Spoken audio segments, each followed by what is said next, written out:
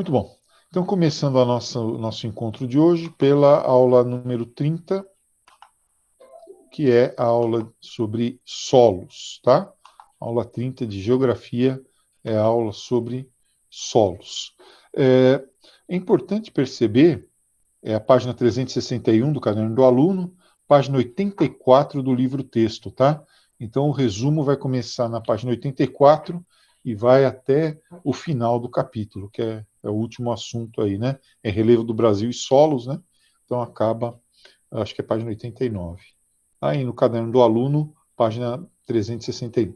É importante perceber que o solo é fundamental, porque é do solo que vem a maior parte dos nossos alimentos, é no solo que nós construímos a nossa casa, é no solo que nós fazemos o metrô, e se você não respeita o solo, ele cai em cima de você, como aconteceu há uns anos atrás aí na linha lá do metrô Pinheiros, né? Você acabou derrubando uma parte do solo na cabeça da turma lá da construção, porque a formação do lugar não foi respeitada. Então, o solo é importantíssimo que a gente entenda, que a gente compreenda o estudo dele. Ó, da onde vem o solo, então, né? É sempre a partir de uma rocha matriz. Então, eu tenho uma rocha, e essa rocha, ela vai desagregando conforme o tempo vai passando, né? Essa desagregação das rochas acontece em função do intemperismo. Você se lembra? Intemperismo pode ser intemperismo químico, que é provocado pela água, né? Não a água propriamente dita, né? Mas os materiais que estão dissolvidos na água. Então, se eu tenho, por exemplo, gás carbônico, eu tenho ácido carbônico, se eu tenho enxofre, eu tenho ácido sulfúrico, em pequena concentração, né, ou apenas a água com areia, por exemplo, né, dissolvida nela, vai passando pela rocha e vai desgastando essa rocha. Pode ser também um intemperismo provocado pela alteração de temperatura, né? Então, durante o dia com o sol, a rocha e o vapor da água e a água dentro da rocha vão se dilatando. À noite, essa água ela vai se condensando, tá? E assim sucessivamente, tá bom? Fazendo com que, no final das contas, essa rocha se desagregue. Diogo, bom dia. Eu estou passando para você o link aqui no chat para você colocar o seu nome, tá bom? Clicar, né? Colocar seu e-mail para comprovar que você participou da aula e o seu nome, tá? Para eu gerar uma planilha aí com quem participou. Bom, uh, esse intemperismo, então, é que vai formar o solo. Só que esse tempo de formação de um solo varia muito pelo tipo de intemperismo que nós temos e pela temperatura do local em que essa rocha fica exposta. Tá? Então, onde eu tenho clima mais quente, o intemperismo age mais rapidamente, desagrega a rocha mais rapidamente. Onde o clima é mais frio, essa maturação é mais lenta, né? Fazendo com que a rocha desagregue mais devagar. No final das contas, isso é importante perceber. Solo não é só rocha desagregada, cuidado. Embora o componente mineral seja 45% do solo, ó, tá? O componente mineral seja quase metade, só pode ser solo se tiver minerais, água, terra e vida microbiana, matéria orgânica viva ou morta, tá? Material em decomposição ou vida orgânica viva, né? Seres que vivem desse material em decomposição. Então, solo é isso aqui, ó, mineral mais água mais terra mais matéria orgânica, né? É claro que num solo médio, né, a matéria orgânica é só 5%, tá? 25% água, 25% ar. Isso aqui é uma média, varia de acordo com o tipo de solo, tá bom?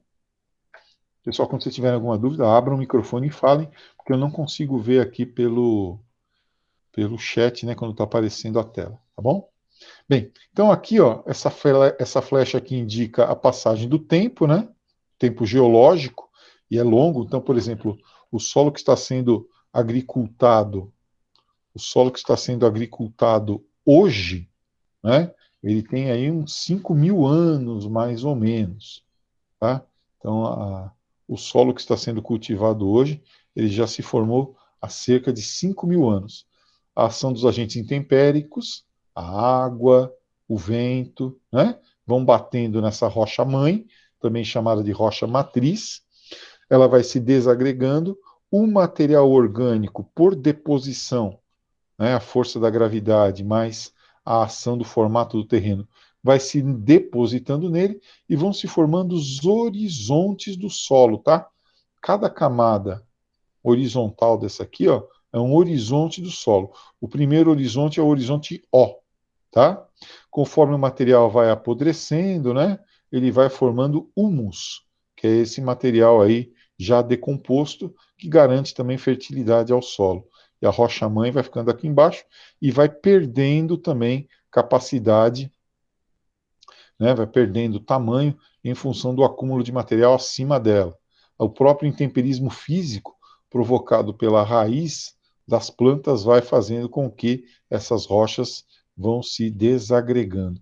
E aí vão se formando os horizontes do solo, tá? Ó, até eu ter um solo já totalmente constituído, com o horizonte superficial, horizonte O, não é zero, hein? É O. Depois horizonte A, B, C, de cima para baixo. De cima para baixo é que eu vou contando os horizontes. Tá? Olha aqui, aqui é a mesma coisa, né? Então aqui é só para falar sobre os horizontes, né? A rocha matriz sendo desagregada, né? Esses solos aqui em constituição eu chamo de solos jovens, e esse solo já totalmente formado, que suporta uma grande vegetação, eu chamo de solo maduro, tá? O que é perfil pedológico? É o perfil do solo, né? Ó, o perfil do solo é o meu perfil pedológico, certo? Então é esse conjunto de perfis aqui, ó, que eu chamo de perfil do solo. Tudo bem? Vamos para frente. Aqui de novo, né? Ó, os horizontes, né? Então aqui seria o horizonte zero, logo abaixo dele, desculpa, logo abaixo dele o A, rico em humus, o B, que é material orgânico, né? O B é esse outro aqui, aonde a raiz vai encontrar os elementos para a sua alimentação, né? Para a alimentação da planta. O horizonte C, que é a rocha já em desagregação, e o horizonte D, que é a rocha matriz. Tá? É um solo totalmente constituído. Aí nós entramos na classificação dos solos. Já vimos a composição, agora estamos indo para a classificação dos solos. O solo eluvial, ó, então tem as três formas, tá bom? Segundo a origem, a produtividade e a porosidade. São as três formas de classificar o solo. O solo eluvial é esse tipo de solo aqui, ó, em que eu tenho a formação do solo no próprio lugar. Quer dizer, essa rocha aqui gerou este solo e este subsolo aqui. Tá vendo? Então, essa rocha formou esse solo. E, claro, né, os vegetais que se formam aqui, a vida animal que passa por aqui, morre, ou a vida microbiana e tal, abastecem o humus. Tá bom? Deu para entender? O solo que se forma no próprio local é o solo eluvial. Já o solo. Oi, perguntas? Ô, professor, o que é esse Diga. humus? Humus é a matéria orgânica decomposta. É bicho que morreu, é árvore que apodreceu e foi consumida pelos seres decompositores, né? Os chamados Ah, saprófitas. uhum, Isso é humus, tá? É uma entendi. camada orgânica que garante, e ela é geralmente superficial, né? Ela garante fertilidade ao solo, tá? Aqui eu escrevi errado, coloquei. Só um minutinho, pessoal, deixa eu só acertar aqui. Desclocado, coloquei um C a mais aqui. Pronto. Deslocado, né? Então, o solo aluvial, ele se formou em outro lugar e o material dessa desagregação foi arrastado, foi levado pela água, pelo vento para outro lugar. É solo aluvial, tá? Vamos dar uma olhada aqui, ó. solo aluvial, né? Tem uma imagem aqui. Então, tudo isso aqui, ó, tudo isso aqui é solo aluvial. Aqui tem um rio, né? Aqui tem um rio correndo, e todo esse solo, nas margens de alagamento do rio, e o próprio solo, né, o material que está dentro do rio, formando bancos de areia e se sedimentando, né, formando ilhas fluviais, é solo aluvial. É solo que foi deslocado de um lugar para o outro. Ó, o aproveitamento dele, tá vendo como ele tem bastante matéria orgânica e ele é bastante plano, né? Quando você consegue provocar, digamos assim, um equilíbrio em termos de controle da água, das cheias, etc., você consegue plantar muito nesse tipo de solo. Ele é bastante fértil e é fortemente ocupado pela agricultura, tá? Porque é plano, porque é fértil, porque tem bastante água, então é um solo bastante aproveitado. Aqui no Brasil, nós chamamos esse solo aluvial de solo de várzea. Solo de várzea. Tem até um programa do governo chamado Provárzea, que é para manutenção desse tipo de solo, tá bom? Vamos voltar um pouquinho. Ai, caramba, segui o link, peraí. E pronto, agora sim, a gente volta lá para a classificação. Ó, então é o solo aluvial. Pela produtividade, nós temos solos maduros, como os latossolos. Só que esse solo maduro, que tem todos os perfis, como nós já vimos, ele também é sujeito a problemas, como a lixiviação, que é a lavagem, o arrastamento do material superficial do solo pela água, e a laterização, que é o endurecimento do solo quando ele fica, digamos assim, exposto, né? E esse material acaba, esse solo, ele é muito cheio de minério de ferro, de alumínio. Então, bate a água nesse solo, ele forma placas, que são chamadas de lateritos, e a partir daí fica mais difícil para a água penetrar, pode haver a contaminação do solo por óxido de ferro, né, ferrugem, ou alumínio. É um solo que nós chamamos de solo de canga. Solo de canga. Então vamos começar olhando aqui os latossolos. Os latossolos, ó, são solos mais profundos, né? Olha, tudo isso aqui é um perfil, olha aqui, ó, né? Então, um solo bastante profundo aí, os latossolos, tá? Lixiviação é esse processo aqui, ó. Olha aqui, o material, ó, material do solo sendo arrastado, indo embora, né? Então eu estou tendo a lavagem do material, isso aqui provoca naturalmente empobrecimento do solo, né? A lavagem do material fértil do solo, né? É a lixiviação. A laterização, ó, tá vendo? É a formação dessas plaquinhas aqui, isso aqui, ó, é solo que é rico em desculpa, em minério de ferro. Aí, conforme a água bate aqui, o minério de ferro que está dentro dessas plaquinhas, desses lateritos, ele acaba enferrujando, né? O minério de ferro enferruja, né? Em contato com a água, ele oxida, tá? E contamina o solo. É a laterização. Aí, quando ocorre a laterização, esse solo endurecido, contaminado, é chamado de solo de canga, tá? Que não serve para praticar agricultura nele. A agricultura é muito difícil nesse tipo de solo, tá? Então, lixiviação e Ô, laterização professor, como é que faz a lixiviação? Como é é, que ocorre? então, você tem o solo, vamos voltar aqui, ó. Você tem o solo, aqui o solo como está verdinho, né? Então, o que, que vai acontecer? Eu tiro a cobertura vegetal, o processo é esse. Tirei a cobertura vegetal, vem a chuva, arrasta esse material por gravidade para cá, né, aos canais aqui de erosão, e aí esse material fértil, superficial, umífero, né, com bastante humus, é levado embora pela água para outro lugar. Lixiviação significa lavagem, tá? Lavagem do solo, tá ok? Entendi, obrigado. De nadinha. Vamos lá. A laterização é aquele endurecimento. Agora, lembra dessa palavra aqui, pessoal? Lito. Quando a gente fala em lito, em grego, lito significa pedra, tá? Né? Então, litossolo, ó, solos empedrados, né? Solos que não estão ainda com o seu processo de formação completo. Litossolos, solos pedregosos, tá? É esse tipo de solo que nós temos aqui. Tá? Vamos ver aqui se eu chego nele aqui. Pronto. Não, não cheguei. Eita. Vamos voltar para cá, que aí eu chego.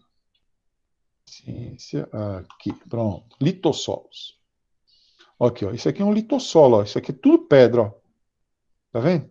Então eu tenho um corte aqui de um barranco, vamos dizer assim, vegetação, aqui a camada de humus, né? Logo embaixo, material orgânico. Embaixo desse material orgânico recente, eu tenho um monte de pedra, ó. Pedra. Aqui embaixo dá até para perceber aqui, ó, hum, claramente, né, ó, o deslocamento um pouquinho da rocha, né? Então aqui ainda tem rocha matriz, né? Tudo isso aqui é pedra, tá? Então esse é um litossolo, é um solo raso, ele não é profundo, tá? A água vai acabar ficando em boa parte concentrada aqui, ó, né? Nessa barreira, tá? Ela vai passar mais lentamente para as camadas de baixo.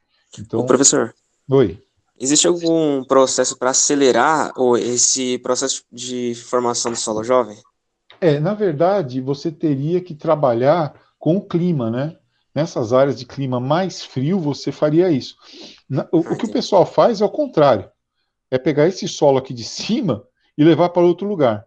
Pegar essa camada de humus e largar a pedra aí para ela ficar exposta para poder formar o solo mais rapidamente. Mas quando a gente fala em mais rapidamente, em termos de geologia, em vez de gastar 5.000 anos, gastar 4.000 anos. Então, não Entendi. há, né, o ritmo da economia é muito maior do que o ritmo da natureza, né? Tá? Então, esse é o litossolo. Bom, aí, ó, quanto à porosidade, tá? Nós vamos partir do solo mais permeável. O que quer dizer isso? Que permite a passagem da água sem dificuldade, tá bom? É rocha bem porosa, né? Rocha com os seus grãos bem distantes um do outro. O argiloso, que dependendo da quantidade de argila em relação à areia, aos outros minerais, pode facilitar a entrada da água ou dificultar a entrada da água. E o umífero, né? O umífero também, tá? Ele varia aí dependendo da composição dele. O umífero ele é rico em material orgânico, né? Ele vai variar também se ele deixa a água entrar ou não, dependendo do material que o compõe. Então vamos começar pelo podzólico. Ó, podzol quer dizer areia, tá? Areia. Né? Então vejam como esse solo tem pouca matéria orgânica. A matéria orgânica é essa parte mais escura, né? Tá? Esse aqui é o horizonte A, né? Com a profundidade zero. Então é o solo que está à mostra, né? O solo que está aparecendo. É um solo extremamente arenoso, né? E conforme você vai descendo, né? Você vai percebendo o aparecimento já da rocha aqui. Né? Então ele tem pouca matéria orgânica, né? A água entra por aqui porque ele é muito granulado, né? Muito fácil de entrar e acaba permitindo aí a passagem dessa água, tá bom? Permeável, solo podzólico. Podzol, em russo, quer dizer areia. Né? É o caso desse solo aí, um solo arenoso. Então ele permite a passagem da água. O solo argiloso, como eu falei, depende da composição. Essa aqui é a cor que predomina nele, né? Do marrom para o cinza, tá? Ele vai ter, dependendo da composição, da quantidade de sílica que ele tem, a quantidade de areia que tem aqui, provocar digamos assim, a formação de poças, né? Poças de água aqui na parte superficial dele, ou vai permitir que a água penetre um pouco e vai facilitar a preservação dessa água, facilitando a agricultura. Isso depende do tipo de solo que nós temos, né? Argiloso, barrento, ele não esfarela com facilidade, ao contrário do podzólico. E o último, o umífero, que é o solo, vamos dizer assim, mais fértil que tem, né? Terra preta, certo? Aquela terra que o pessoal vai lá na Gabi Plantas para comprar, né? O pessoal traz lá os sacos de terra. Vocês devem conhecer gente que tem esterco em casa, que tem cavalo, né? E aí cultiva lá o esterco, né? E maneja, né, o esterco para que ele possa ser misturado com o solo e depois ser vendido, né? Essa matéria orgânica composta, né? Por isso compostagem para poder ser vendido, tá? Esse aqui também, dependendo da composição dele, ele pode ser mais ou menos poroso. Geralmente ele é menos poroso, ele permite a passagem da água e essa água fica depositada ali no horizonte B, mais ou menos, né? Facilitando o trabalho da planta para poder buscar a água, tá? Solo umífero. Alguma pergunta dessa classificação aqui, pessoal? Só abre o microfone, tá? O latossolo é o que mesmo? O latossolo, vamos voltar e ver? É melhor, né? O latossolo é aquele solo já maduro, profundo, né? Que tem todos os seus horizontes definidos. Só que se ele não for bem manejado, ele pode ter problemas com lixiviação e laterização. Tá bom? Tá Então, é um bom, solo obrigado. profundo. Nada. Vamos para frente, então. Nosso próximo slide. Deixa eu ver se aqui já foi. Já foi. Vamos para adiante. Estamos indo. Lipossolo. O solo podizólico. E o argiloso. Deve ter o umífero. E aí nós vamos finalmente para solos que vocês têm que lembrar. Desculpa, pessoal. Só cai esses tipos de solo nos vestibulares, nos exames por aí. Pode acreditar, dificilmente cai algum outro tipo de solo, tá? Esses, os que eu vou passar mais para frente, são os que costumam aparecer. Permafrost é um solo de áreas geladas. Alasca, Sibéria, norte do Canadá, Antártida. A água que tem nele congela e ele não pode ser aproveitado. Olha aqui, ó. Isso aqui é gelo, né? Então o solo na parte de cima tem essa camada formada pela própria desagregação, né? Dos musgos, dos líquens, das turfeiras, e embaixo ele congela, tá? Na época do verão, da primavera, quando às vezes ele consegue descongelar, o subsolo consegue descongelar, esse solo é levado para outros lugares e aonde o solo é mais pobre, porque já que não dá para aproveitar esse solo, mas ele é fértil, porque ele se formou em épocas geológicas antigas, em que o clima era mais quente, em que a região que ele se formou era quente, e aí essa região, por deslocamento das placas tectônicas, chegou até aí. Esse solo é fértil. Eles levam esse solo embora, eles cortam esse solo, levam embora para áreas de clima mais quente, para repor, né, o solo que empobreceu. É o permafrost, tá? Então ele está congelado, a água dele aqui embaixo, ó, congelada, tá bom? E ele é levado, quando possível, para outros lugares. Depois, tem um outro tipo de solo, que é o loess. Tem aqui um slidezinho sobre ele, ó. Loess, tá? É um solo, assim, amarelo, né? Amarelado, tá? E é interessante que é sílica, então é argila e material de boa qualidade, que é levado pelo vento e se acumula, tá? Então, principalmente na China, Europa um pouco menos, né? Mas principalmente na China, o loess é um solo de ótima qualidade, muito aproveitado para a agricultura, formado aí pela argila e pelo calcário, tá bom? O outro, já vou aproveitar e falar que está aqui mesmo, né? Ó, Chernozyon, né? Significa terra preta, né? Terra preta, terra negra, tá certo? Aqui, ó, um solo de grande fertilidade. Na Argentina, ele é chamado de Las Tierras Negras, orgânico, de ótima qualidade, tá? É esse solo que está do lado de cá, ó, né? Dá para perceber aí a diferença com o outro solo aqui, né? Esse solo bem de altíssima qualidade. Essas áreas aqui planícies centrais dos Estados Unidos, o Prairê canadense, também aquela área ali da Ucrânia, Bielorrússia, são áreas que têm bastante esse solo aproveitado para Qual, agricultura. qual que é o solo mais comum no Brasil? Já vamos para eles, tá? Boa, vamos lá. Então esse é o Chernozyon, o permafrost que nós já vimos, e o Loess, né? E agora os solos brasileiros. Beleza, cara. Boa. Olha lá. Do Brasil, vocês têm que lembrar desses aqui, ó. 4 solos, tá? Vamos lá. Qual é o solo mais comum em termos de quantidade? É um solo chamado solo podzólico, que tem lá na Amazônia. É um solo pobre. O solo amazônico é pobre, tá? Ele tem uma camada de fertilidade ali de uns 30 centímetros, no máximo 1 metro, e embaixo é areia. Você tirou a floresta, aquilo ali vira um deserto, certo? Bom, os outros tipos de solo são esses aqui, ó, que a gente aproveita bastante para agricultura. Vamos lá. A terra roxa, que é vermelha, é um solo de origem vulcânica, tá? Que se formou a partir da desagregação de uma rocha chamada basalto. A gente cultiva muito café nesse aqui, tá? Roxa porque os imigrantes italianos falavam terra rossa, né?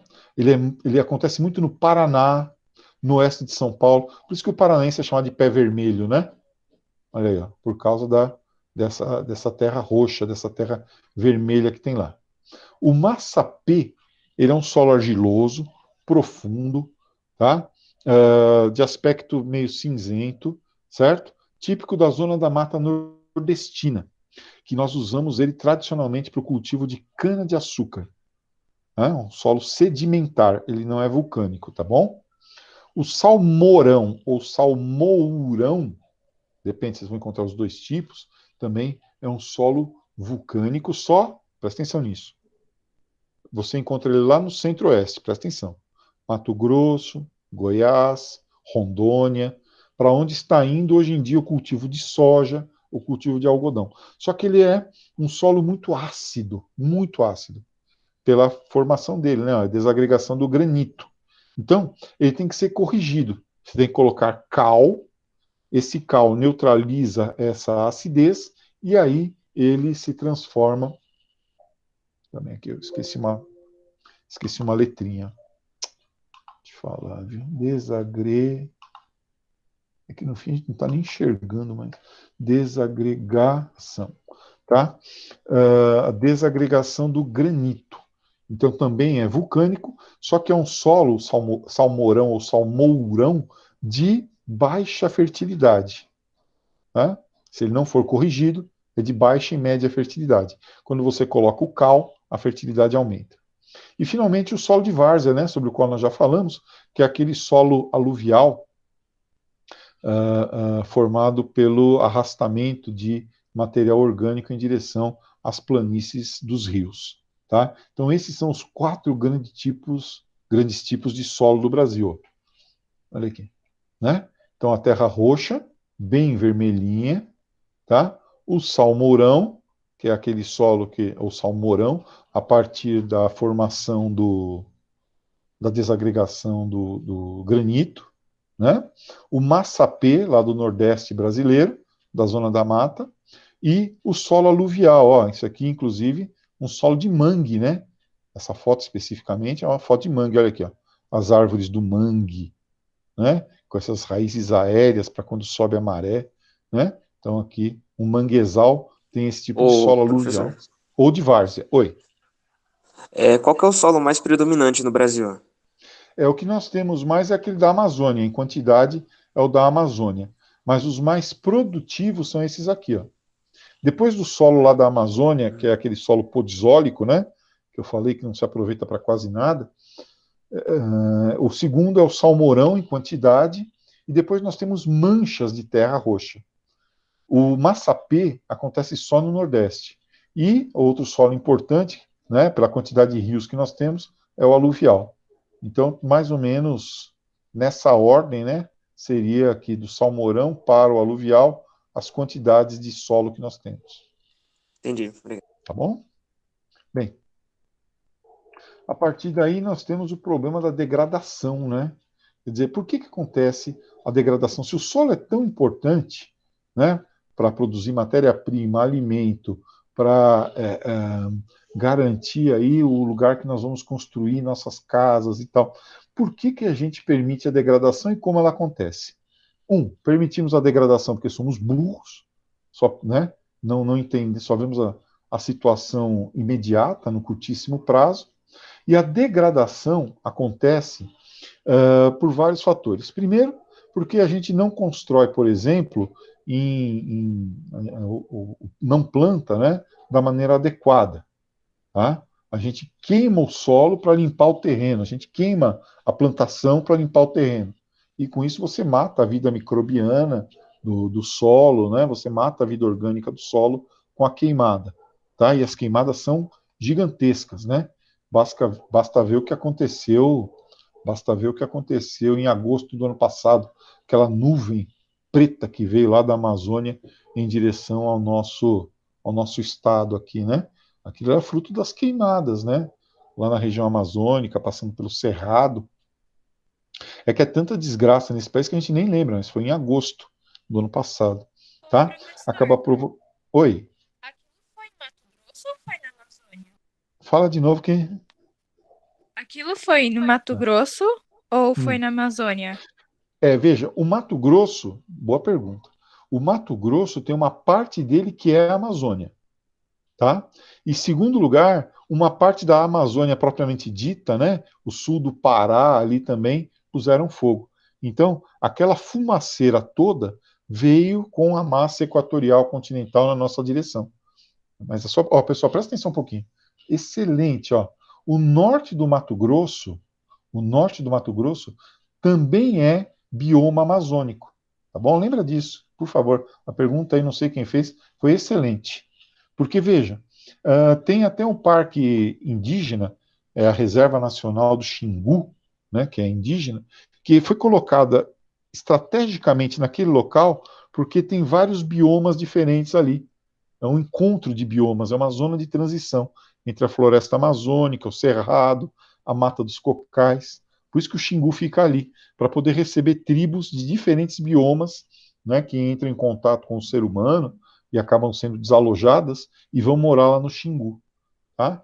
Então, voltando à pergunta, aquela nuvem veio de uma parte dela do Mato Grosso, tanto do Cerrado quanto da Amazônia mato-grossense, quanto da Amazônia propriamente dita do sul do Pará. Tá bom? Bem, a contaminação aqui, ó, também pode acontecer, não é?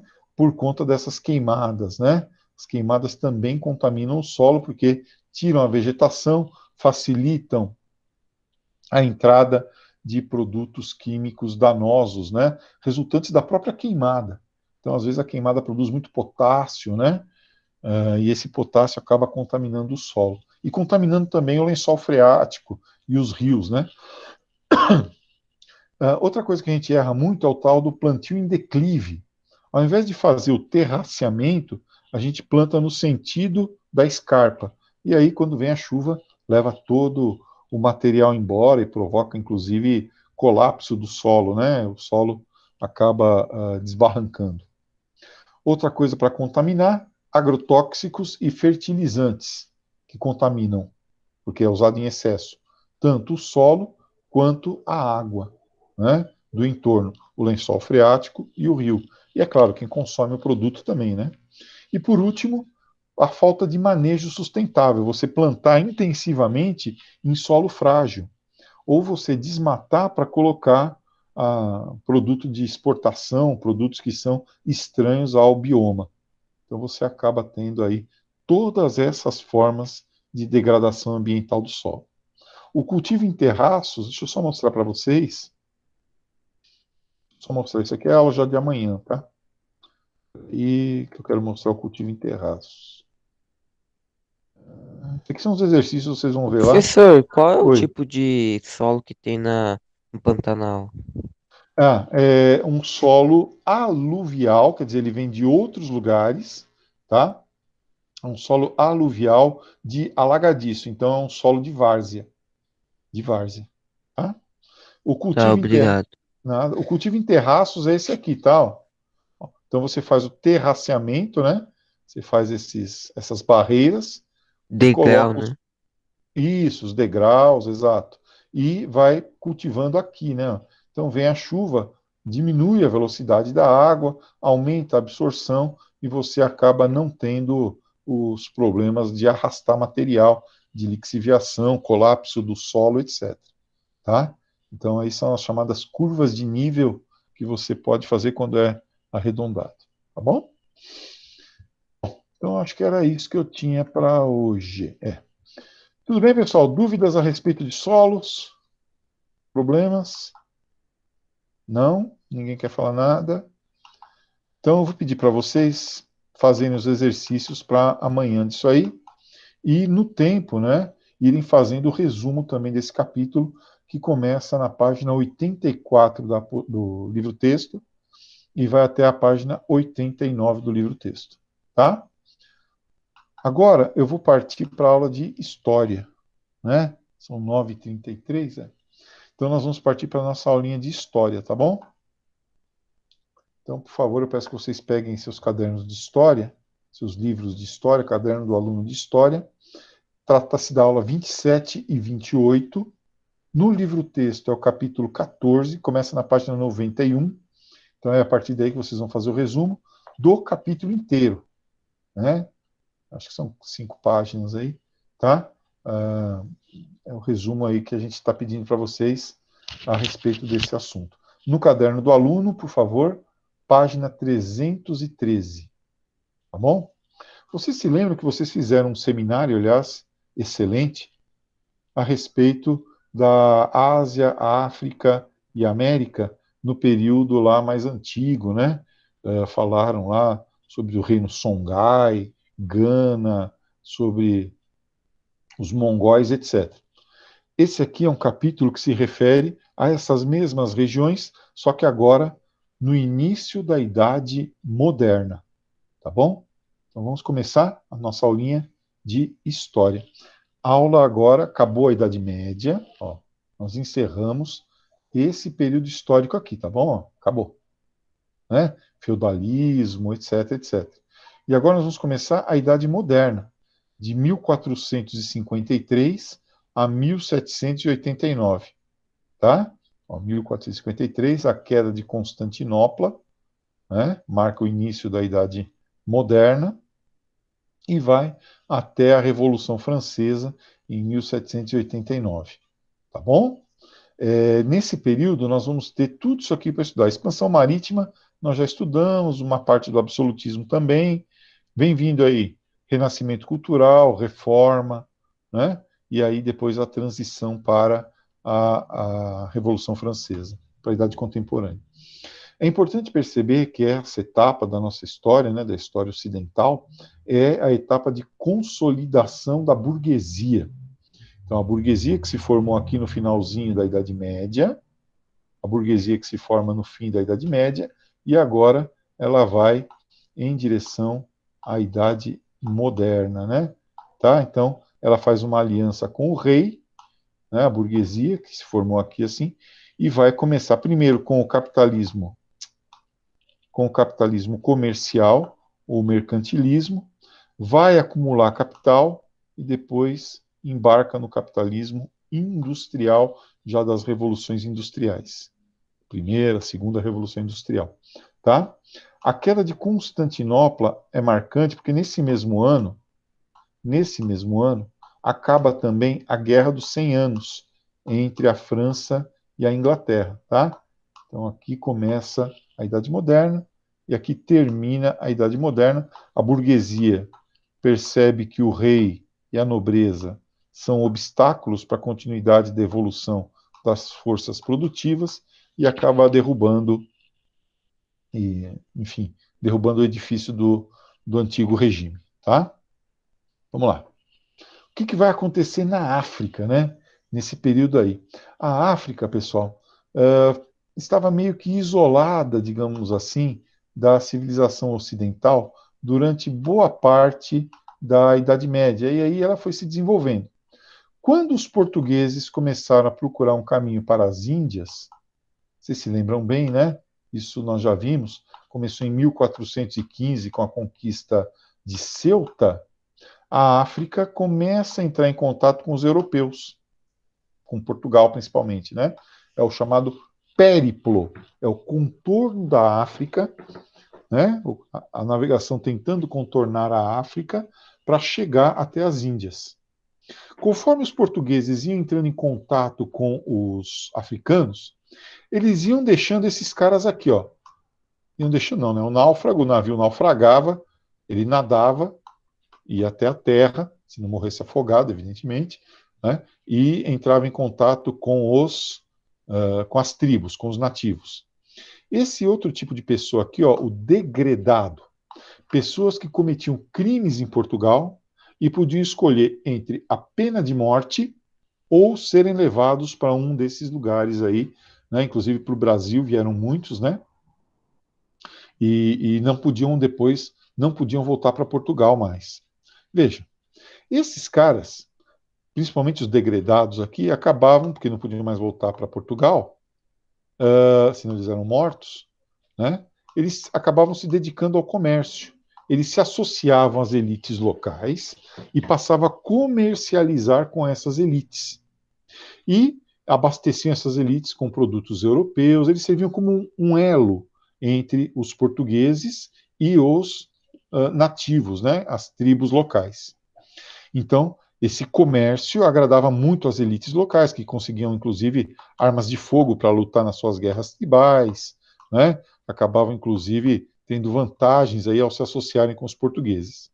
Essa história das guerras tribais é interessante que vocês se lembrem também, porque a fragmentação territorial, a formação tribal lá da África, acaba facilitando o domínio português, né?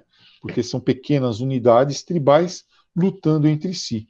Para o português, isso facilita muito, né, o domínio dele. Ele se estabelece em determinados pontos do litoral africano, português, que são pontos de convergência de rotas comerciais, e ali ele vai fazendo comércio. E vai dominando, e vai fazendo uma tribo lutar com a outra para pegar escravos, etc. Em 3 momentos, em 3 lugares, isso não aconteceu diretamente. Os portugueses não tiveram essa facilidade. Por quê?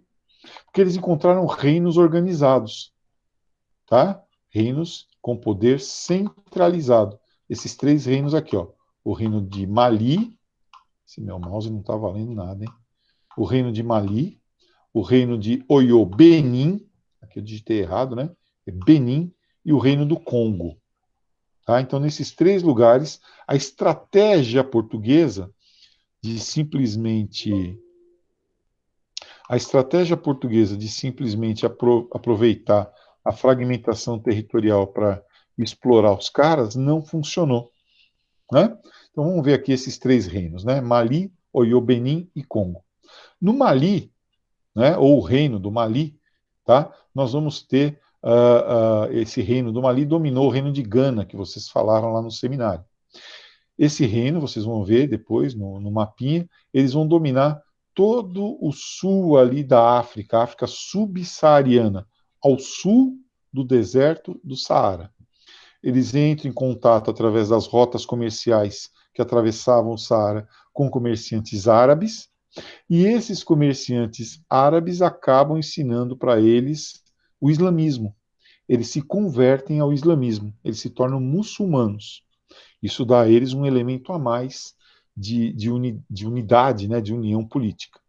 Os principais produtos que eles comercializavam através dessas rotas, através aqui do deserto do Saara, eram o ouro, o sal e os escravos. Principalmente o sal. O sal era a mercadoria mais importante aí dessas travessias, tá bom? Então, esse aqui, ó, veja aqui é o deserto do Saara, ó. Tudo isso aqui é o deserto do Saara. Eles estão aqui, ao sul do deserto do Saara, no limite do deserto do Saara.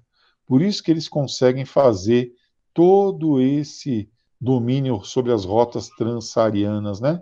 Então, eles têm contato com os portugueses no litoral e com os árabes e o Saara no interior. A capital deles, Tombuctu, né? Tombuctu é a capital, né?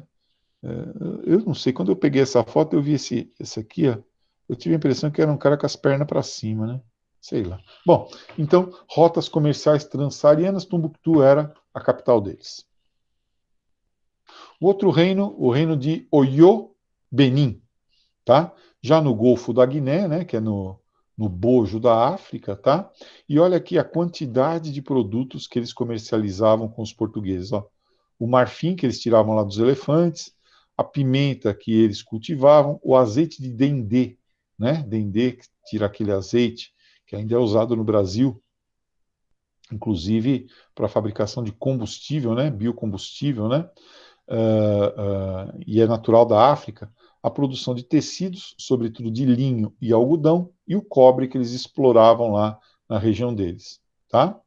Esses caras trazem para nós o culto aos orixás, que no Brasil, quando se mistura com o cristianismo, dá origem ao candomblé, umbanda, quimbanda, né? Chamados ritos afro-brasileiros, né? Ou cultos afro-brasileiros, e lá em Cuba, a santeria, também misturado com também misturado com o cristianismo, tá? Então há um sincretismo religioso, né? Uma mistura religiosa entre os cultos deles lá da África com o cristianismo, gerando aí, né, os cultos afro-americanos, tá? Tem outros, né?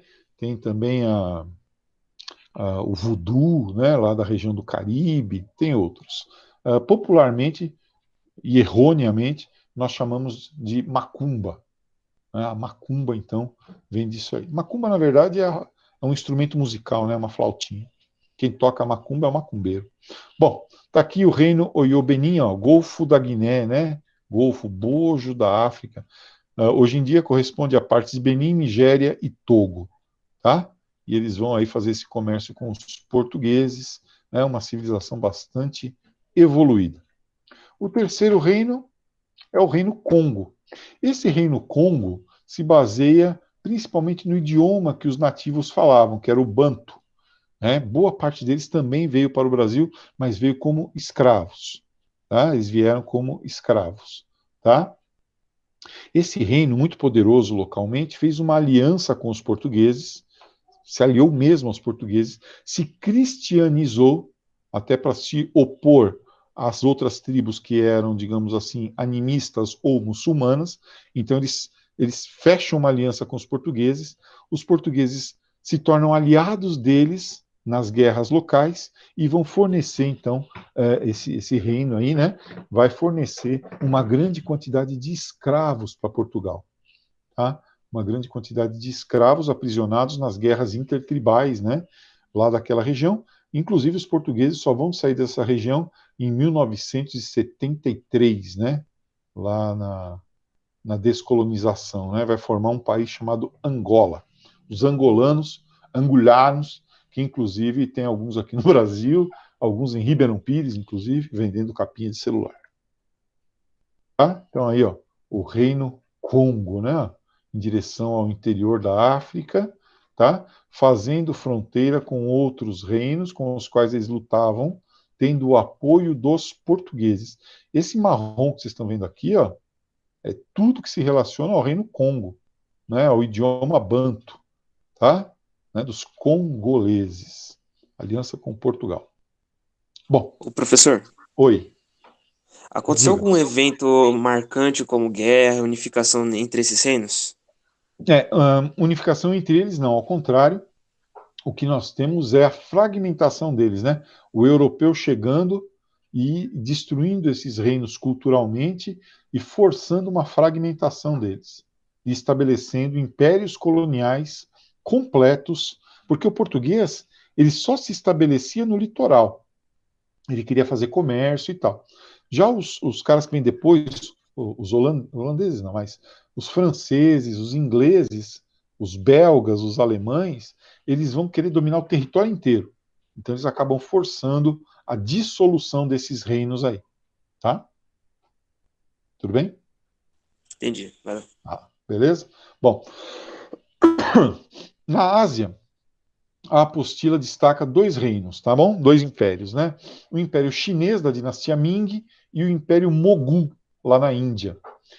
Entendam, Durante a expansão do Império Mongol, lá do Gengis Khan, Kublai Khan, um dos netos de Gengis Khan foi para a Índia e se separou, até porque as condições geográficas ajudam, né?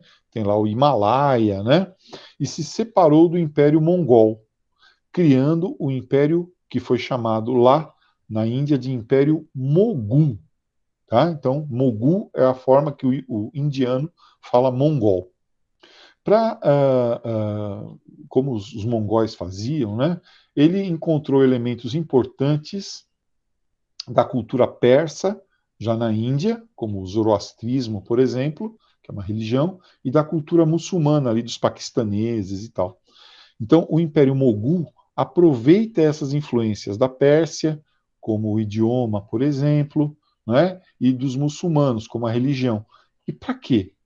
Para se diferenciar como elite da população que já vivia ali, que é de origem dravidiana, que é um outro tronco étnico, tá? Então eles invadem essa região, né, e estabelecem o domínio deles lá sobre os povos dravidianos, né, os povos hindus, né, que praticavam o hinduísmo e praticam até hoje. Esses caras ficam lá um tempão, né, esse Império Mogul, e deixam para nós, olha aqui que bonitinho, quer ver? Olha aqui, ó. Deixa este grande registro aqui da presença deles, o Taj Mahal.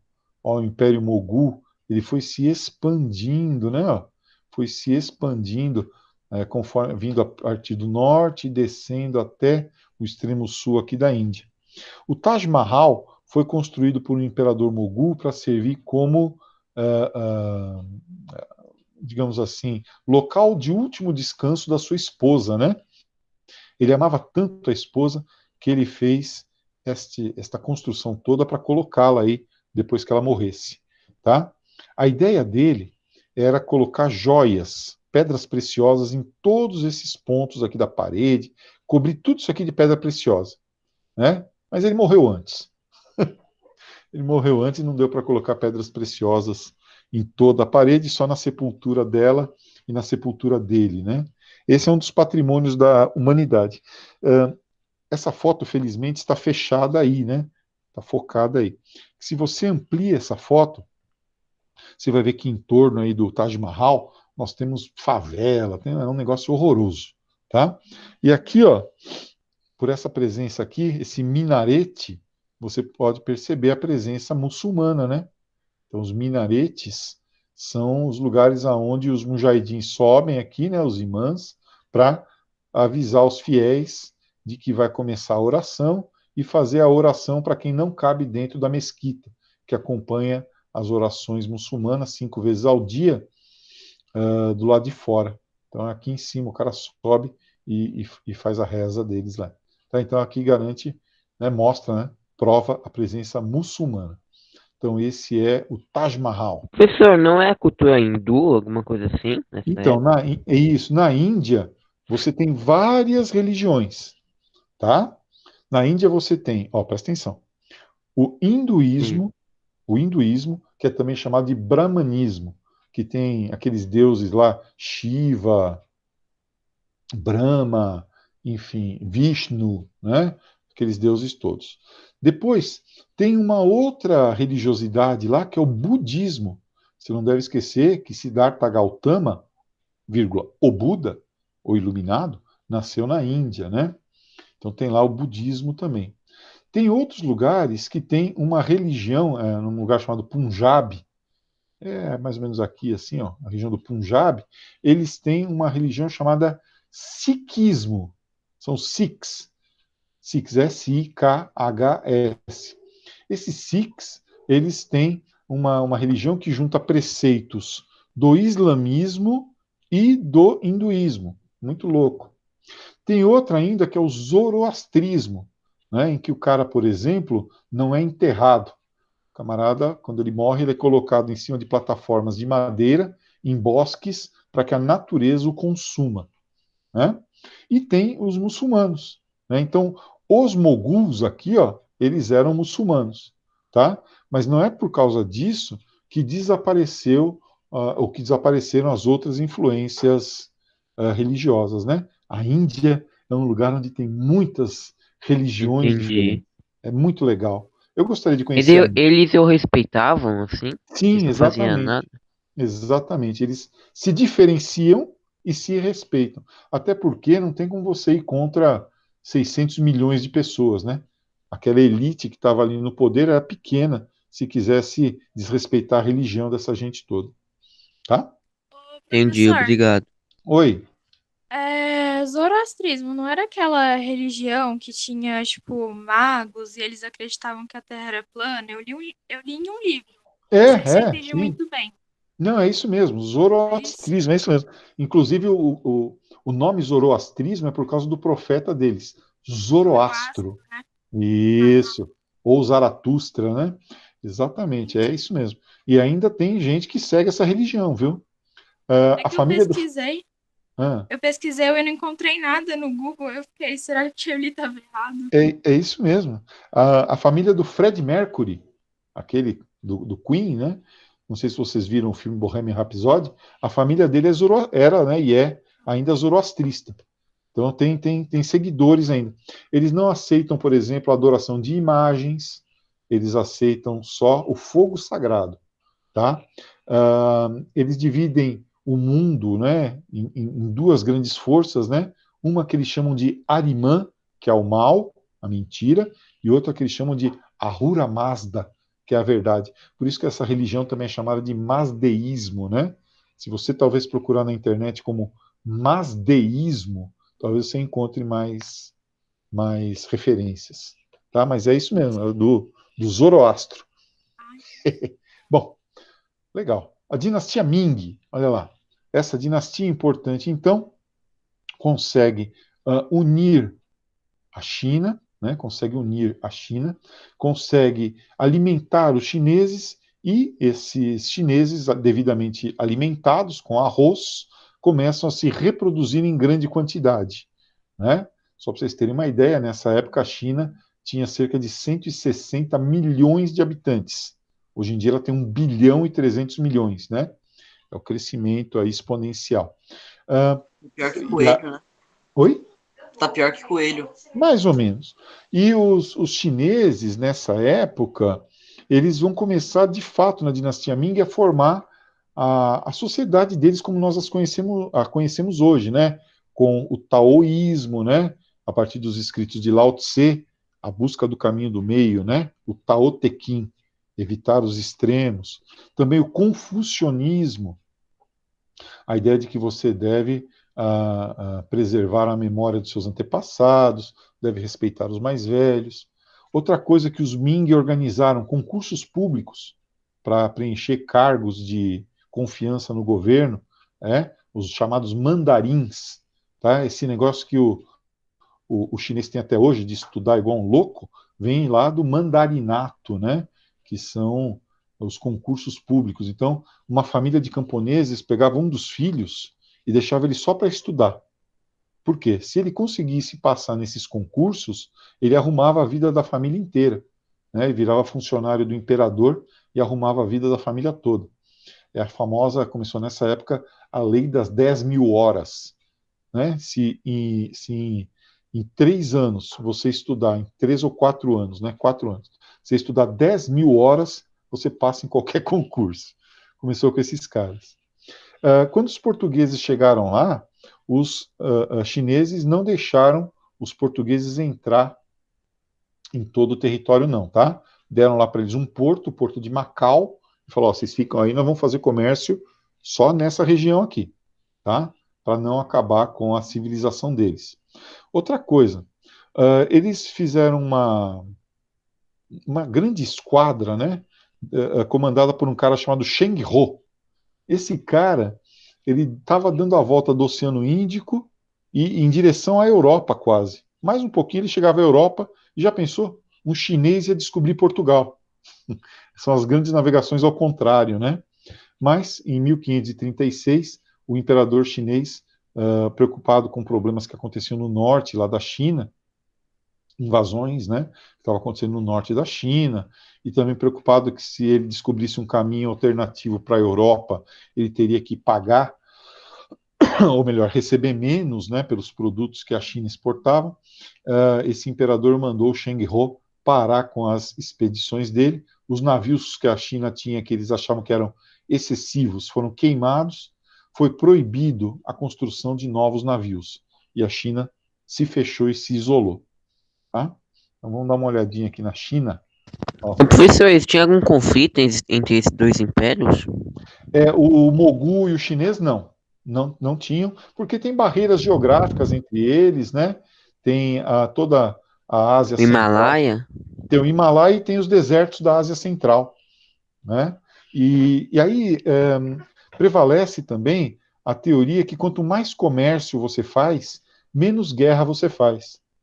É a famosa teoria dos arcos dourados, né? Não sei se vocês já ouviram falar, que é o seguinte: quanto mais comércio, menos guerra. Então, o Império Mogul e a China tinham comércio através da Rota da Seda, tá? Não havia interesse, ó, só olhar por aqui, né? Então você tem comércio contornando aqui o Sudeste Asiático, também tinha comércio interno aqui, além das barreiras geográficas do Himalaia e dos grandes desertos da China aqui. A teoria dos arcos dourados diz que quanto mais McDonald's, menos guerra, né? Quer dizer, se você tiver McDonald's espalhados no mundo todo, você terá menos guerra acontecendo, sei lá. Tá? Mas, enfim. Então, aqui é a dinastia Ming, né? O que ela tinha quando assumiu e o que ela conquistou depois, né? Tá? Os Ming. E aqui o Zheng He, né? Ou Sheng He, tá? Olha o rolê que ele deu pelo mundo, ó. Aqui é a costa da África. Ele chegou a fazer comércio chegou até a cidade de Meca, cidade sagrada dos muçulmanos, chegou ao Estreito de Hormuz, né? Mais um pouquinho ele dava a volta na África e descobria Portugal. Mas não foi assim que aconteceu, né? O imperador chinês mandou queimar os navios e a China se isolou. Tudo bem? Vamos partir para a América pré-colombiana? Bem, na América pré-colombiana, vocês fizeram um belo seminário sobre os teotihuacanos, lembra? A civilização de Teotihuacan e também sobre os maias. Agora, na aulinha de hoje, nós vamos estudar os astecas e os incas, ou pela ordem, né? Os incas e os astecas. Pré-colombiana por quê? Pré da chegada de Colombo, né? Pré-colombiana, antes de Colombo. Antes de falar diretamente dessas duas sociedades, eu queria que vocês prestassem muita atenção nessa parte aqui, ó, que já ajuda a explicar um pouquinho mais dos índios até do Brasil. Quais são os tipos de sociedade na América pré-colombiana quando os europeus chegam aqui, né? Basicamente, nós podemos dividir em dois grandes grupos. Os povos das cidades, que nós vamos estudar hoje, né, que são os astecas e os incas. Que saco. E os povos das 7 cidades de Cíbola, lá os pueblos, né, no México, lá no norte do México. Esses povos eram sedentários, quer dizer, tinham suas próprias residências, né, não mudavam de lugar constantemente. Evitem falar povos primitivos, falem em povos de alta densidade demográfica, concentrados no espaço geográfico, com sociedades hierarquizadas. Então, tinha nobreza, tinha sacerdotes, tinham guerreiros, tinha artesãos e comerciantes, e na base da sociedade estavam os camponeses. O outro tipo de povo que nós vamos encontrar na América pré-colombiana são os povos das florestas. Tá? Essas sociedades, até por não entrarem, digamos assim, em confronto, em conflito com o meio ambiente, elas procuram se adaptar ao meio ambiente. Elas são, então, sociedades de baixa densidade demográfica. Para não pressionar os recursos ambientais, quando vai aumentar muito a população, quando a população de uma determinada aldeia aumenta muito, essa população, essa aldeia se divide. Ó, essa aldeia se divide. Tá? Então, nós temos aí a formação de uma outra aldeia descendente daquela anterior, o que vai provocando maior mobilidade desses grupos pelos biomas, pelo meio ambiente. Entendeu, pessoal? Então, para não pressionar os recursos, primeiro, a sociedade vai se mudando, ela é semi-sedentária ou nômade. E, quando aumenta muito a população, ela se divide formando duas aldeias. Tá? Esses grupos mais igualitários, né, não tem tanta hierarquização, né, tem lá nós chamamos de cacique, tem lá um pajé tal, mas ele faz parte do grupo. Se divide em dois grupos também, tá? Ó, as mais, digamos assim, não voltadas à agricultura, totalmente nômades, formadas por grupos caçadores e coletores, como, por exemplo, aqui no Brasil, os potiguaras, tá? Que significa comedores de camarão, que viviam à beira ali do litoral e viviam da pesca e tal, né? E não dominavam a agricultura. Os tupi-guarani chamavam eles de comedores de camarão. Era uma forma de desprezar, de menosprezar também esses grupos, tá? Que os tupi-guarani faziam, né? Por quê? Os tupi-guarani já eram agricultores, tá? Eles eram agricultores. Eles já dominavam, por exemplo, a produção de mandioca. Eles plantavam árvores do próprio bioma para melhorar a resistência a pragas, tá? A base da alimentação deles, como eu falei, o beiju, né, a mandioca, certo? Semi-sedentários, então quando se esgotavam, quando estava prestes a esgotar os recursos de uma região, eles se mudavam para outra e depois, com o passar dos anos, eles voltavam na região original, né? É a chamada agrosilvicultura itinerante, né? Então é a produção de silvicultura. Nossa, está ruim, hein? Agrosilvicultura itinerante. É a produção de gêneros da própria floresta, né, em lugares diferentes. Tá? Então, esse é o quadro geral da América pré-colombiana na Idade Moderna. Deu para entender bem esse slide? Tudo bem? Vamos lá, hein? Bom, muito bem. Aqui os Incas, ó, né? Os Incas vão se formar lá, a sociedade deles, lá nos Andes, tá? Lá nos Andes. A partir do século XIII, eles vão dominando as populações que já viviam naquela região, tá? E vão formar um império. Aí sim, eles têm um império, que inclusive eles chamavam de Reino dos Quatro Confins. Aqui, ó. Então, o Reino dos Quatro Confins. Por quê? Segundo eles, o lugar que eles dominavam era o mundo, e o resto era o fim do mundo. Depois do Império Inca não tinha mais nada. Tá? Ó, vamos mostrar aqui para vocês o mapa. Ó, Império dos Quatro Confins. Por quê? Para o lado de cá, ó, é floresta. Floresta. Para oeste é floresta. Desculpa, para leste é floresta. Para oeste é oceano.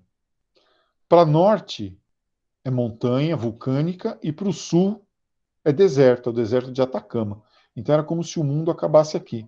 A capital deles era Cusco, essa região aqui. E esse quadro aqui todo mundo conhece, né? Machu Picchu, né?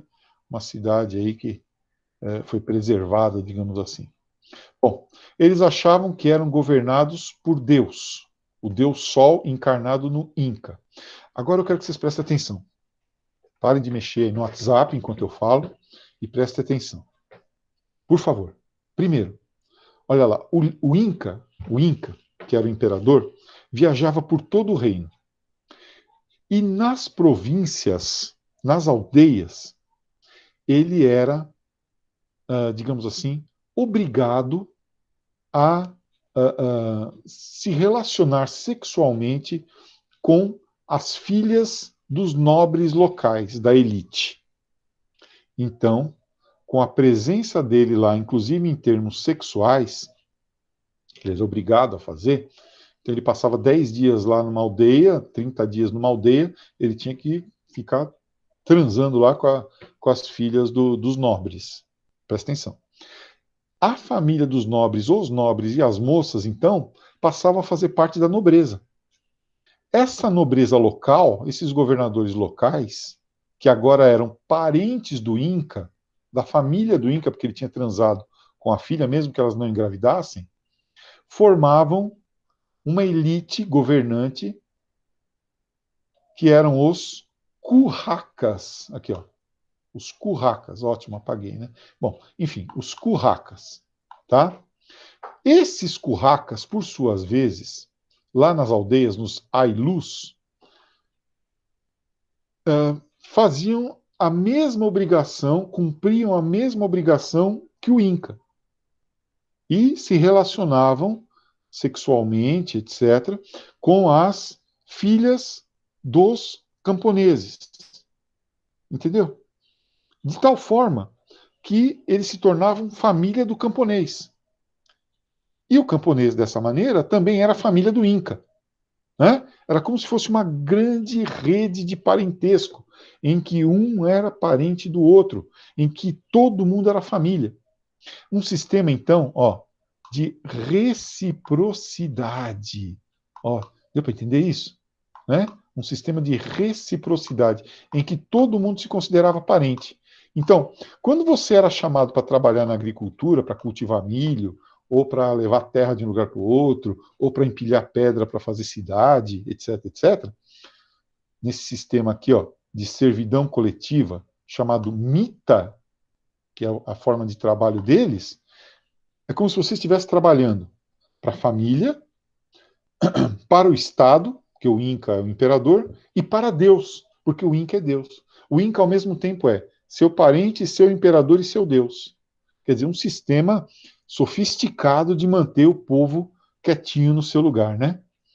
Esses Incas, então, fizeram estradas, fizeram pontes, inclusive muitas delas usadas até hoje, fizeram terraceamento, curvas de nível nas encostas, para poder praticar agricultura de acordo com a altitude, né? Então, numa certa altitude plantavam milho, mais para cima batata, mais para cima pimenta, né? Aproveitar a água do degelo dos Andes para irrigar suas plantações, né? Eles conseguiram então fazer uma sociedade que funcionava com base em relações de parentesco super ampliadas. Os Ailus eram essas comunidades administradas pelos curracas, pelos incas, pelos governadores locais, né, que serviam diretamente ao Inca. E na base estavam, então, os camponeses que serviam na mita. Tá? Bom, os incas desconheciam a roda, nunca conheceram a roda, também não conheciam o alfabeto escrito, como nós temos, né? Eles tinham um alfabeto baseado em cordões cheios de nozinhos, né? Que eles chamavam de quipu. Então, sei lá, um cordão com um nozinho é sim, um cordão com 2 nozinhos é não, e assim as outras palavras, tá? E aí eles mandavam cartas inteiras com bases, livros inteiros com base nesses quipus, tá?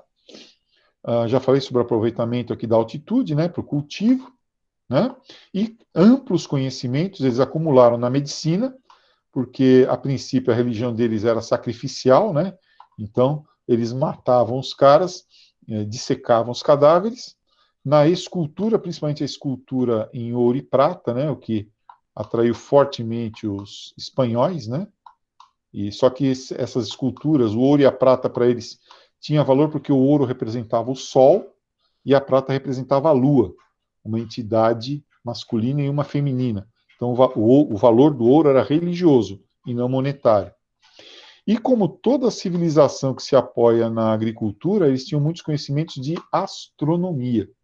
Então, o movimento dos astros para saber quando plantar, quando colher, etc. Esses eram os incas. Tudo bem? Dúvidas, pessoal, sobre os incas? Deu para entender o sistema de parentesco? Bom, os astecas, que já vimos, né? Os astecas, então, que se autodenominavam guerreiros do colibri azul. Né? Eles se autodenominavam. Colibri é o beija-flor, tá? Então, vocês devem notar, não sei se vocês têm negocinho de beber água de beija-flor na casa de vocês, o beija-flor ele é super territorialista, ele é super agressivo. Embora ele seja pequenininho, ele espanta pássaros bem maiores. Bem, os astecas vão se estabelecer a partir do século XIV na Mesoamérica. Né? O que é isso? É a América Central, Planalto do México, Península de Yucatán, aquele pedaço lá. Eles não chegaram a constituir um império, tá? Eles constituíram uma confederação de tribos. O que quer dizer isso? As tribos que eles iam dominando pela guerra pagavam impostos aos astecas, tá? Aqui, ó, é o nome do, digamos assim, da região deles, né? O Calpuli, né? A capital deles era Tenochtitlan, tá? Era uma cidade numa ilha, onde hoje em dia está a cidade do México. Os espanhóis construíram a capital deles em cima da capital dos astecas. Construíram as igrejas deles, as igrejas espanholas, cristãs, em cima do templo dos astecas, mostrando como, olha, nós chegamos aqui, nós é que mandamos, né, em vocês, tá? Bem, a religião tinha um grande poder sobre eles, né? A propriedade da terra era coletiva. Também eles tinham uma religião muito violenta, uma religião sacrificial, né, baseada em sacrifícios humanos, tá? E uma religião que envolvia, inclusive, para fazer chover tinha que matar alguém, para fazer parar de chover tinha que matar, para ganhar a guerra tinha que matar. Eles adoravam matar, certo?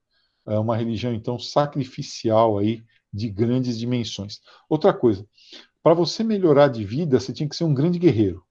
Portanto, eles viviam em guerra, né? Porque a guerra era uma forma de ascensão social. Até a roupa que você vestia era diferente. Se você tivesse matado um cara, 2, 3, 10, quanto mais gente você tinha matado... Professor, Oi? quando ocorriam os sacrifícios, eles Ah, escolhiam qualquer pessoa ou tinha alguém específico?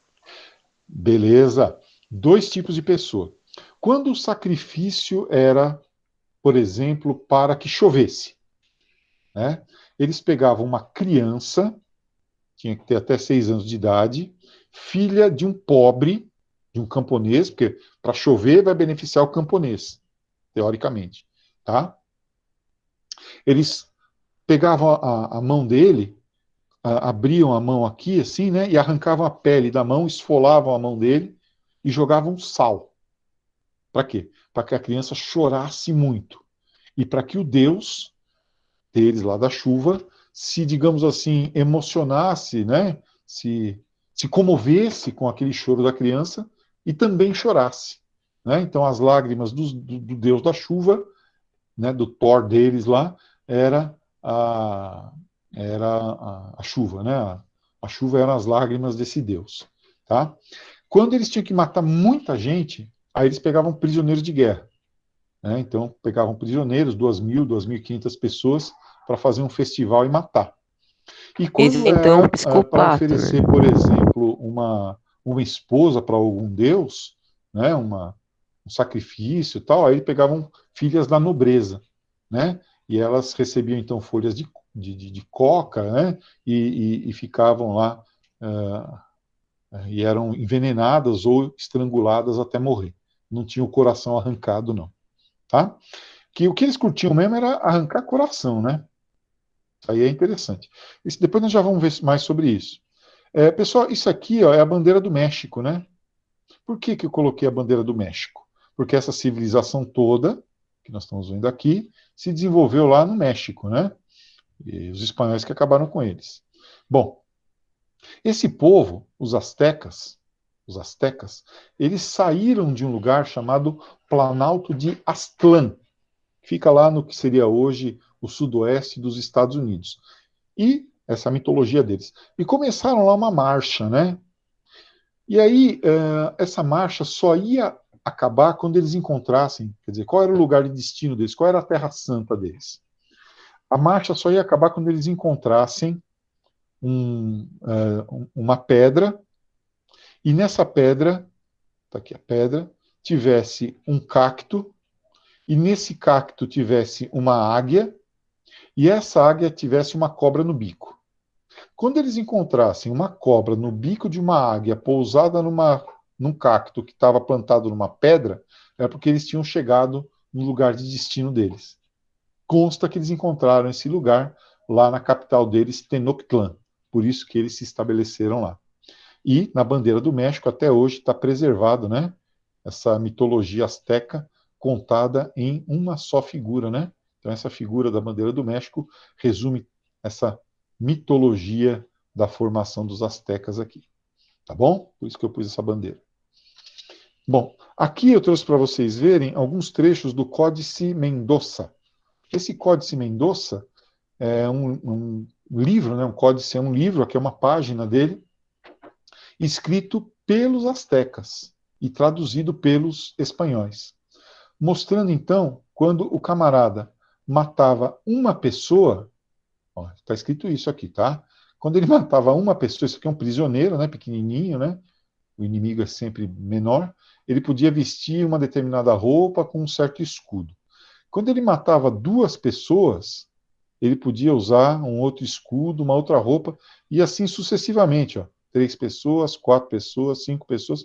Quando ele matava 6 pessoas ou mais, ele podia usar essa roupa cerimonial todinha aqui, ó.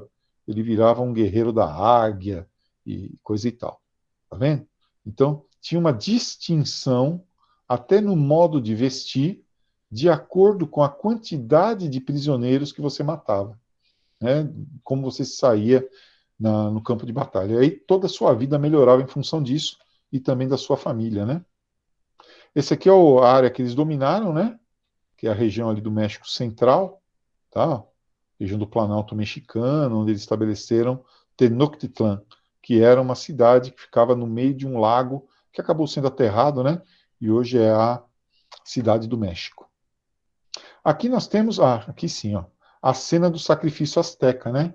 Então isso aqui que está voando aqui, ó, é um coração, tá? Eles arrancavam o coração do cara com uma faca de pedra, ó, que é o cara amarrado, né? Eles arrancavam o coração do cara com uma faca de pedra pelo peito, abriam o peito do cara. O sacerdote esfregava o sangue e o coração do cara na própria cara e depois jogava para a turma que ficava aqui embaixo, né? O coração ainda pulsando do prisioneiro que tinha sido, fazia comunhão aqui, né? Do cara que tinha sido sacrificado, tá? Era assim que funcionava. Só que você imagina isso aqui multiplicado às vezes por 2.000, 2.500, né? Esse aqui é o buraco, ó, por onde esse cara, depois de morto, era jogado, né? E ia lá para baixo, aí depois punha outro, né? E eles iam matando a turma aí, tá? E esse aqui é o sacerdote fazendo isso, para que o sangue dos prisioneiros, a energia vital dele, mantivesse a vida em funcionamento, mantivesse o cosmo, o universo em funcionamento. Era nisso que eles acreditavam, tá? Não sei se vocês já assistiram, tem um filme que eu queria, depois eu vou pôr o link para vocês quando essa aula for lá para o plural. O nome do filme é Apocalipto. Tem no YouTube. Apocalipto. A direção dele é do Mel Gibson, né? E mostra como que era a vida desses caras, né? Como que era a vida dos astecas na América pré-colombiana. É um filme chatíssimo, né? Mas vale a pena dar uma olhadinha em alguns trechos, pelo menos, que mostra esses sacrifícios, mostra como que era a vida deles. Por que é chatíssimo? Porque ele é falado em náhuatl, que é o idioma dos astecas, inteiro, e não tem legenda. Nem em inglês, você tem que mais ou menos adivinhar o que os caras estão falando. Mas é o único filme que realmente trata com honestidade, né, histórica, baseado em fatos históricos, a respeito aí dos astecas. Tá bom? Eu acho que era isso, deixa eu ver. Aí vai ter os exercícios, né? Então peço que vocês façam os exercícios. Os exercícios, esse exercício aqui tem um só. Fala sobre 3 textos diferentes, ó. Texto 1, 2 e 3, falando sobre um sacrifício. E aí ele tem a descrição de um sacrifício lá dos astecas, feito por 3 pessoas diferentes, os 3 descrevendo um sacrifício asteca, só que de forma diferente. E aí ele pede para vocês interpretarem, tá bom? As semelhanças e diferenças, tá? Aí amanhã, nosso próximo encontro, a gente vê como é que é esse texto, tá? Deixa eu voltar aqui, fechar aqui. Espera aí um pouquinho que eu já vou falar com vocês. Isso, pronto. Ó, então, lembra, resumo de história, que é esse capítulo aí, mais o exercício. Para o nosso próximo encontro, eu vou corrigir o exercício. E lá de solos também, né, pessoal, fazer os exercícios e fazer o resumo. Tá bom? Alguma pergunta? Lembrando. Ô, professor, Oi, só diga. retomando aquela parte da China na Ásia, como que Né? aconteceu aquele alto crescimento demográfico que levou ela a ficar com 1 bilhão de população hoje? Então, esse crescimento demográfico todo começa com os Ming, porque ele consegue alimentar os. Desculpa, dar risada. Alimentar e dar segurança para o povo. Quando pobre fica alimentado e seguro, o que ele produz? Filhos. Né? E aí tem o crescimento exponencial, quer dizer, o crescimento geométrico. Né? Quanto mais gente, mais gente. Tá? E aí vai havendo essa multiplicação geométrica dessa população. Tá? Entendi. Mas a princípio, porque ele ofereceu uma cuia de arroz por dia e segurança para as pessoas. Certo. Tá? Tudo bem? Bem, Professor, oi. os prisioneiros, eles eram os únicos que tinham coração arrancado ou tinha mais? Basicamente os prisioneiros. A história de coração arrancado é para prisioneiro. Só que você tem o prisioneiro de guerra e tem o prisioneiro que cometeu crime também, né? Então você tem pessoas do seu próprio povo sendo sacrificadas ali para os deuses, né? Mas só os prisioneiros que tinham o coração arrancado, tá? E o sangue bebido também. Bom lembrar isso. Tá bom? Algo mais? Pessoal, alguém não preencheu a chamada? Tem que pôr o link de novo ou não? Não? Ó, lembrem-se das lições, lembrem-se que podem tirar dúvida comigo pelo 964712214, quando forem fazer os exercícios, a qualquer momento do dia ou da noite. Podem mandar os resumos por foto pelo WhatsApp ou pelo e-mail marcio.primac@gmail.com. E essas aulas, para quem tem dificuldade, para quem perdeu alguma aula, para quem não pega direito às aulas no plural, que às vezes está muito cheio, essas aulas estão todas lá no YouTube, no canal São José Cursos Preparatórios. Tá bom? É isso. Amanhã, novo encontro. Professor, mais uma coisa. Oi. Além da Espanha, qual foi o outro país que estava dominando a porção norte da América?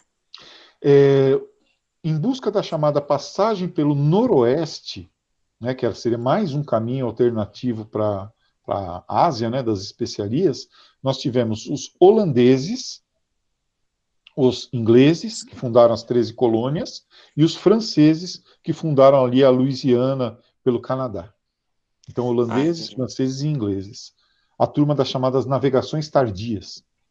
Certo, obrigado. Tá bom? Tá bom. Algo mais, pessoal? Tranquilo? Bom, então, bons exercícios para vocês. Vou interromper a gravação. Isso.